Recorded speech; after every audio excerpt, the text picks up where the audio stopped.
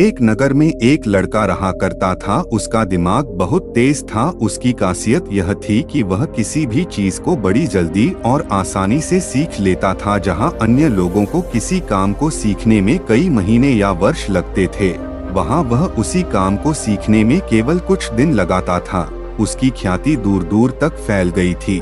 कहा जाने लगा था कि उस व्यक्ति के जितना बुद्धिमान अन्य कोई नहीं है। परंतु वह व्यक्ति तो जानता था कि वह भीतर से असंतुष्ट और अशांत है। हर व्यक्ति जानता है कि वह भीतर से क्या है, चाहे वह बाहर कुछ भी दिखाए। वह व्यक्ति भी भीतर से तो परेशान था, परंतु वह अपने अहंकार से अपनी परेशानियों को ढकना चाहता था। ज्यादातर लोग ऐसा ही करते हैं। वह व्यक्ति अपनी प्रसिद्धि को और बढ़ाने के लिए तरह तरह के काम सीखता रहा। वह चित्रकारी जानता था, मूर्ति बना सकता था, गीत गा सकता था, पहिए बना सकता था। वह दुनिया जहान का हर वह काम सीख चुका था जो उसने अब तक देखे थे। इसलिए उसे अपनी बुद्धिमत्ता पर अहंकार था, क्योंकि कोई भी साधारण व्यक्ति एक काम कर सकता है, 2 काम कर सकता है, ज्यादा से ज्यादा 3 काम कर सकता है। परंतु वह तो हर काम कर सकता था और बहुत अच्छी तरह से कर सकता था। इसलिए उसे अपनी बुद्धिमत्ता पर अहंकार था। वह मन ही मन इस बात को मान चुका था कि उसके जितना बुद्धिमान अन्य कोई नहीं। एक दिन उसका सामना गौतम बुद्ध से होता है। उसे पहली बार कोई ऐसा व्यक्ति दिखता है जिससे उसे ईर्ष्या होती है। अब तक उसने केवल ऐसे लोग देखे थे जो उससे ईर्ष्या करते थे।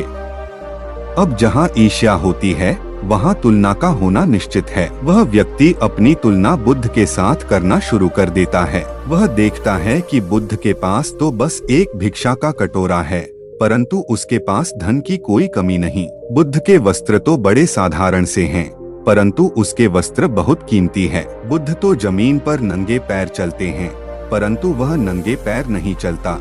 इसी तरह से वह व्यक्ति सैकड़ों चीजों से बुद्ध की तुलना खुद से करता है, परंतु हर तुलना के बाद भी वह पाता है कि उसकी ईर्ष्या बुद्ध के प्रति 1% भी कम नहीं हुई। वह व्यक्ति मन ही मन सोचता है कि मैं इस भिक्षु से ईर्ष्या क्यों कर रहा हूँ, जबकि मेरा जीवन इससे 100 गुना बेहतर है।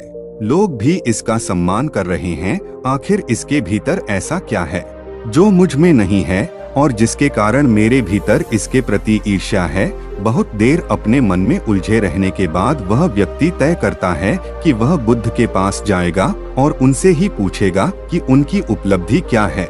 वह व्यक्ति अपने कुछ सेवकों के साथ बुद्ध के पास जाता है और उनसे कहता है कि मैं इस इलाके का सबसे बुद्धिमान और सुखी व्यक्ति हूँ। आप अपने आसपास जो भी कार्य होता देख रहे हैं, मैं वे सब करना जानता हूँ। किसी भी कार्य को सीखने में मुझे बहुत कम समय लगता है। सभी लोग मेरा सम्मान करते हैं, परंतु इस सब के बाद भी मेरे भीतर आपके लिए ईर्ष्या है। मैं जानना चाहता हूँ कि आपकी उपलब्धि क्या है। यह लोग आपका इतना आदर सम्मान क्यों कर रहे हैं? बुद्ध शांत भाव से उसे कहते हैं, वैसे तो मेरी कोई उपलब्धि नहीं है, परंतु तुम कह सकते हो कि मेरे पास एक उपलब्धि है।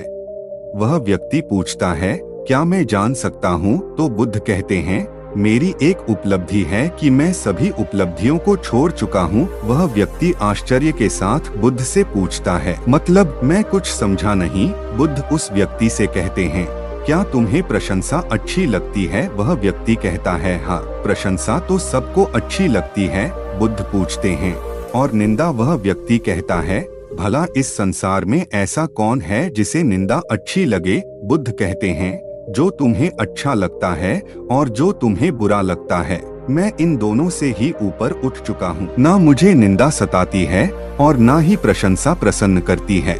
बस यही अंतर है तुम में और मुझ में। वह व्यक्ति कहता है, परंतु यह कैसे संभव है?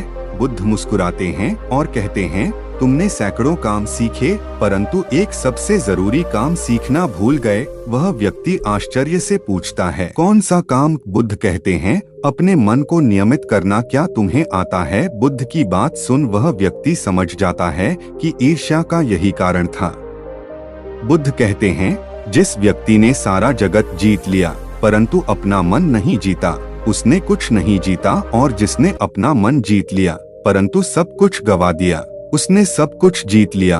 क्योंकि वास्तव में सुखी वही है जो अपने मन का शासक है। बुद्ध के शब्दों को सुन उस व्यक्ति का अहंकार टूटता है और वह बुद्ध से कहता है, क्या आप मुझे अपने मन को जीतना सिखाएंगे? बुद्ध कहते हैं, अवश्य, परंतु मैं तुम्हारी सारी उपलब्धियां छीन लूंगा।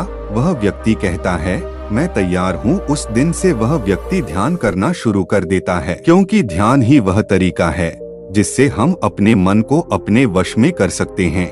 यदि एक बार मन सामंजस्यपूर्ण स्थिति में आ जाए तो फिर न बाहरी परिस्थितियों और वातावरण का उस पर कोई प्रभाव होगा और न ही आंतरिक अशांति होगी। ध्यान के सतत अभ्यास से मन शांत और स्थिर बन जाएगा। मन को स्थिर और शांत करने में ही सारे सुखों का रहस्य छिपा हुआ है। तो दोस्तों, आज के लिए बस इतना ही। उम्मीद करते हैं हमारे द्वारा दी हुई जानकारी आपको पसंद आई होगी। तो मित्रों, अगर आपको ये वीडियो पसंद आई हो तो लाइक और शेयर जरूर कीजिएगा। अगर आपने हमारे चैनल को सब्सक्राइब नहीं किया है तो जरूर कीजिए।